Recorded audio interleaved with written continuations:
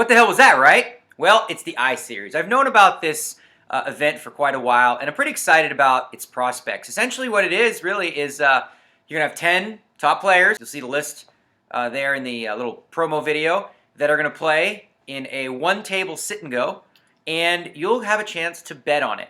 Now, this is more of a promo event. Eventually, what this series is going to basically be is a 36-man field, essentially playing over a weekend. So let's say you have six-handed tables. Maybe on Friday you have 3, on Saturday you have another 3, and then the 6 winners play off on the Sunday. So it's really kind of a fun event. You'll be able to watch on the web and bet on at the same time. So what can you bet on? Well, pretty much anything. As you can see here, we've got just the straight win bets. I like James Dempsey at 9-1. That kid can play, and I think that's really good odds for him. He's in stroke. He's had a really good rush. So you can bet him right now at 9-1 odds. Aside from just straight win bets, we've also got last longer bets. You see here we've got myself against Phil Hellmuth, and the 5-6 basically means that you'd have to lay $120 to win $100 on me. If you want to bet on Phil Hellmuth, you can do so even. He's kind of a nit, so you know what? I don't think it's a bad bet on Hellmuth because I'm ready to go. I'm going to go there to win because it's a winner-take-all event, so I'm not really going to be knitting it up to try to last long. So my advice, bet on Hellmuth for that. You can also bet even more specifically on sort of like an over-under where you think I'll finish. If you think I'm going to finish 5th or worse, well, you'd have to lay 11 cents to win 8 cents. If you think I'm going to finish 4th or better, then you get even money. So, I don't know. I don't know which side I like there, but that's a pick 'em. I think I'm going to win. I'm going to try to win. I'm going to do the best that I can. But, it's your money. You do what you like with it. I looked over all the odds being offered, and there's one that sort of screams at me as like, they got this one wrong. They've got me at 10-1 odds to be the first one out. That's pretty good. I mean, like I said, it's a winner-take-all event. I'm not going to be knitting up to try to move up the ladder, and if I see a move that needs to be made early on, I'm going to do so. So I think at 10-1 odds, I would heavily bet on me to be the first one out. I got no shame. If you come 3rd or you come 10th, it's the same. You know what I'm saying? Wow, that rhymed. How did they just pull that off? That wasn't scripted or anything. So this all takes place on April 5th in Ireland, right before the Irish Open. I'm going to be there, as well as all the other names that are playing in it. Unfortunately, for those that are in the U.S., you're not going to be able to bet on it. U.S. law, blah, blah, blah. But you will have an opportunity to watch it. And it's going to be an entertaining show. You've got live poker with hole cards. You've got Phil Hellmuth, and he's for sure, I feel like, going to blow up. You got guys like Tobias Rankemeyer and Marvin Rettenmeyer and Faraz Jaka, who are going to 3-bet, 4-bet, 5-bet.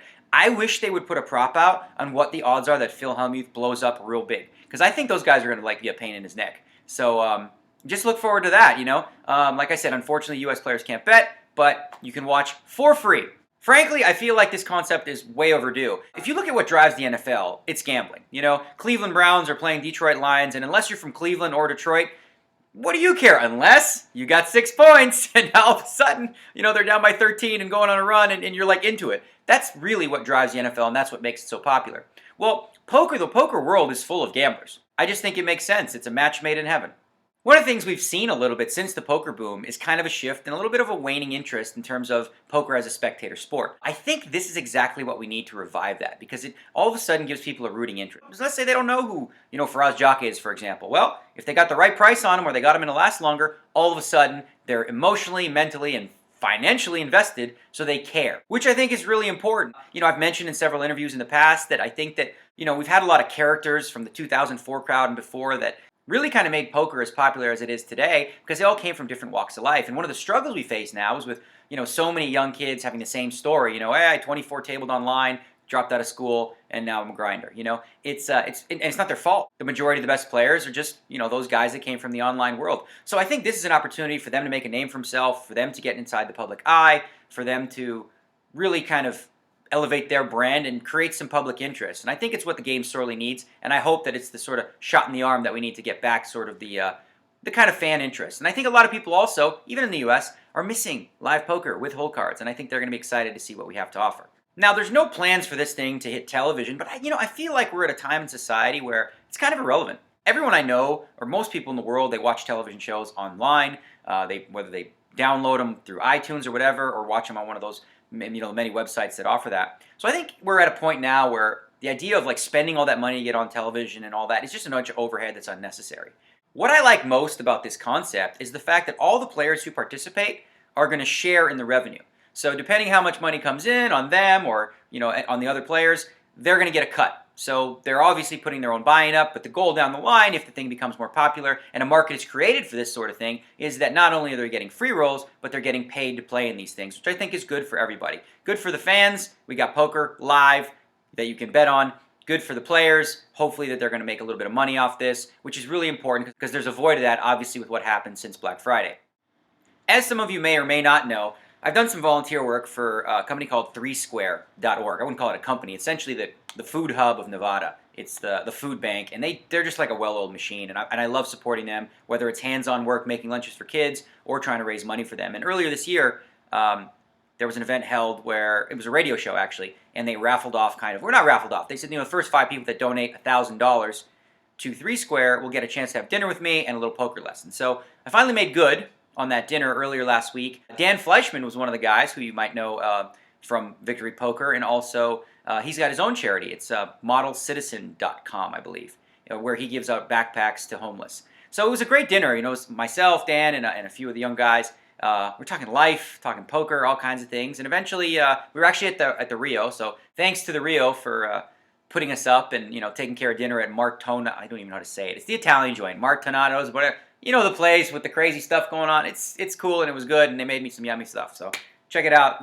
Just say the Italian joint at the Rio. I'm sorry I forgot the name, and I'm not going to Google it.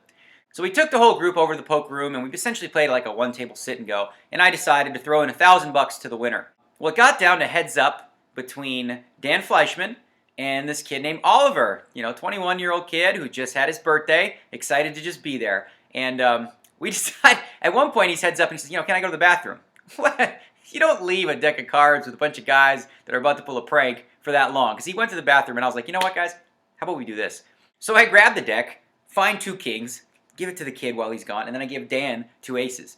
Essentially, the plan was just to prank the kid. Obviously, the hand wasn't going to count. At the end of the hand, we were just going to reset it, and they're going to continue to play for the money. I had my little iPhone handy, so I decided to take a little clip of it. Take a look at this reaction. He's all in. He's been cold. Oh, that is so cold-blooded.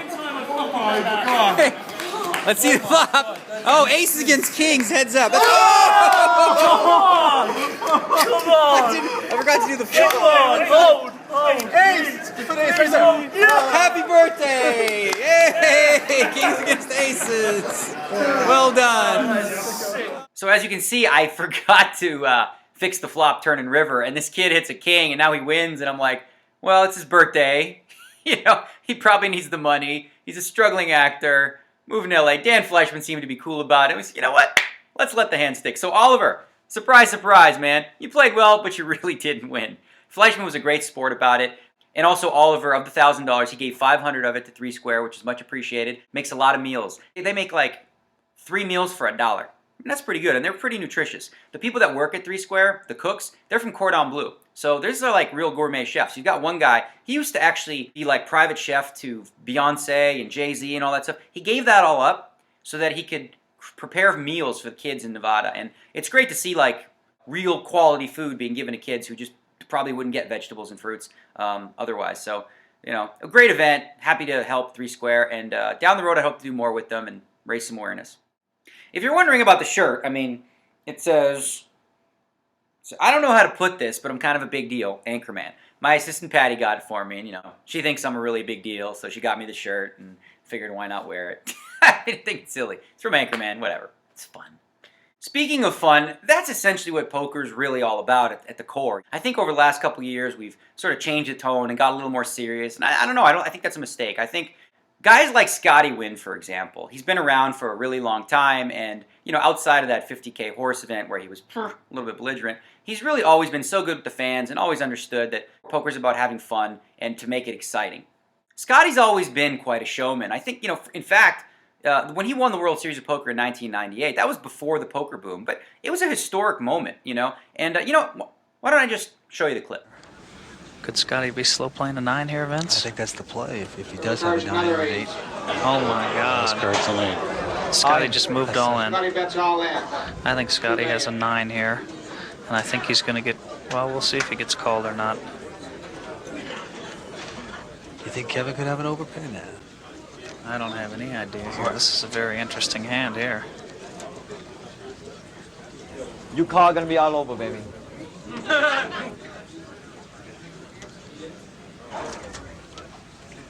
I call. I play the board. Kevin calls. Scotty's got a 9. Scotty's got a 9. Scotty's got our new world champion. Wow, what a hand here. Scotty played this hand really well. He flopped trick 9s here, and he just checked it.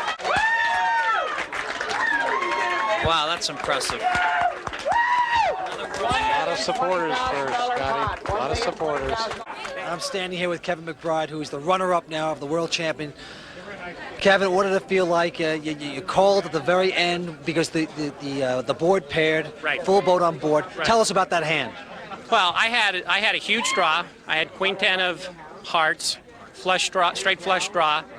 I wouldn't have called the bet. The only thing is, Scotty said, if you call it, it's all over. I didn't think he was telling me the truth. He was. It's all over. It was a great play by Scotty. So the verbal thing, the reverse psychology Yeah, right there, yeah. got you to call that hand. That's what got me to call the hand. Right. That's exactly why I called the hand. If he hadn't said that, I would have folded the hand. I mean, it was all over for me anyway, in all likelihood, but I would have folded. If you're wondering if that little scrawny kid behind Mike Matiso looks familiar, yep, that was me way back when. Was rooting on Scotty, as were most of the people there.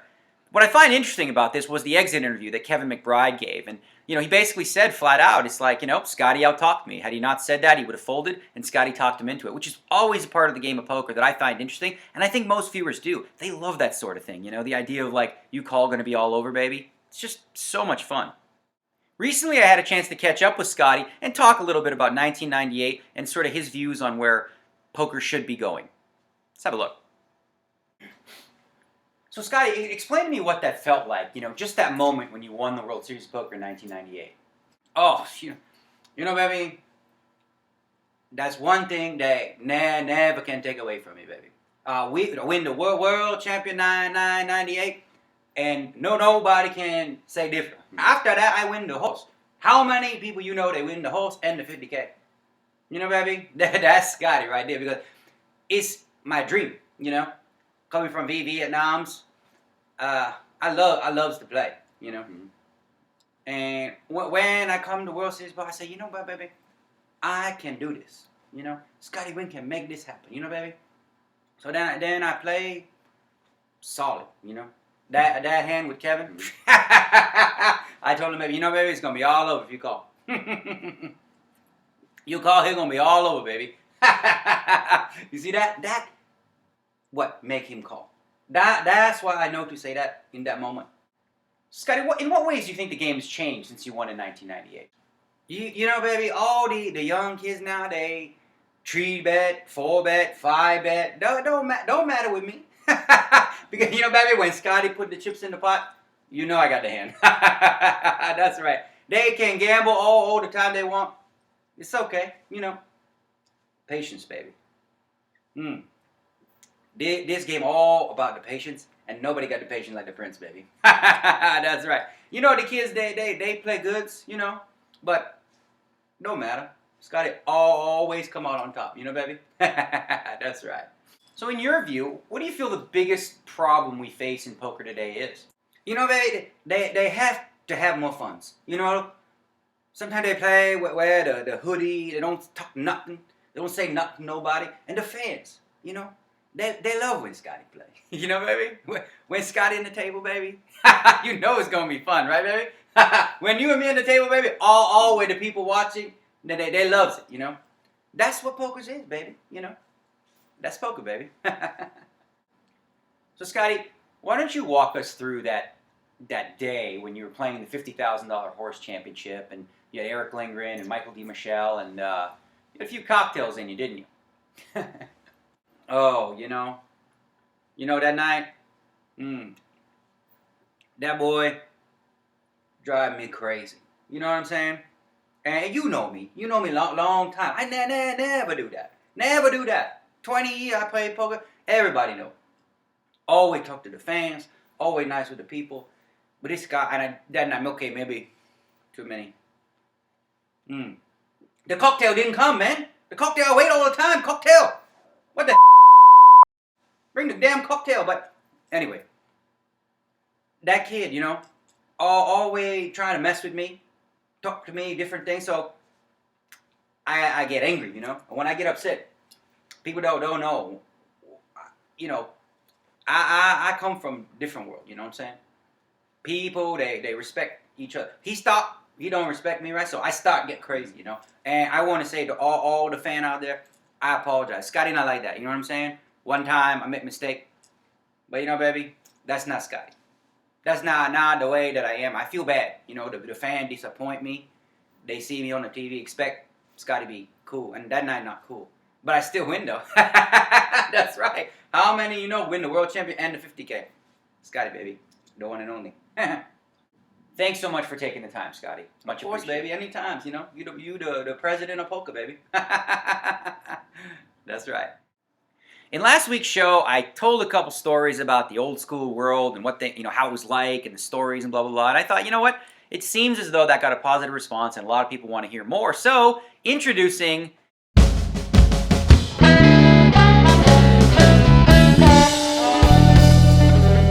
I want to start off this sort of piece with my absolute favorite. Some of you may have heard this, but it's actually about Thor Hansen, who right now is battling with cancer. Hopefully he's winning. I know he's back home in Norway. Now Thor Hansen is universally liked by everyone in poker. And, you know, having said that, he's had his times where, you know, he was in and out of money. He's a gambler just like a lot of us were, where, you know, back in those days it was pretty common for people to be in and out of money. And anyway, so this is right before the poker boom. He makes a final table, and it's $1 million first prize. So he's getting interviewed. It's a televised thing, and the lady asks him, you know, so Thor, what are you going to do if you win the $1 million? And he's, you know, he says, well, you know, I'm going to pay some bills and pay off some debts. She's all bright-eyed and excited and says, you know, so what are you going to do with the rest? And Thor just deadpan looks at her and goes, well, they're just going to have to wait. I just think that's hilarious. And if you don't get it, the idea is that $1 million didn't cover his debt, which was always seen as something funny, and Thor was a great sport about it. I mean, I love the guy. I've always rooted for him, and I'm rooting for him now specifically because of what he's going through. That is a bigger issue than him and being in and out of money at a poker table and stuff. But my deepest and most sincere wish is that Thor makes a comeback and see him at the World Series this year or maybe next year. So this is the 5th edition of the Weekly Rant, and I got to say I'm absolutely enjoying the process. I've upgraded to an HD camera. I feel like this backdrop is simple, and until I figure out how to do something better, it was better than the green screen thing. And you know, each week all your comments below really help in terms of giving me ideas on how to fix and improve things. So one of the things that I noticed was that the audio always seems to be a little bit off, and I couldn't really figure out the best way to deal with that. So I went and got myself a new mic. Check this thing out, the Yeti. I don't know, looks pretty cool, right? So yeah, I mean, let me know. Do you guys think the audio is better?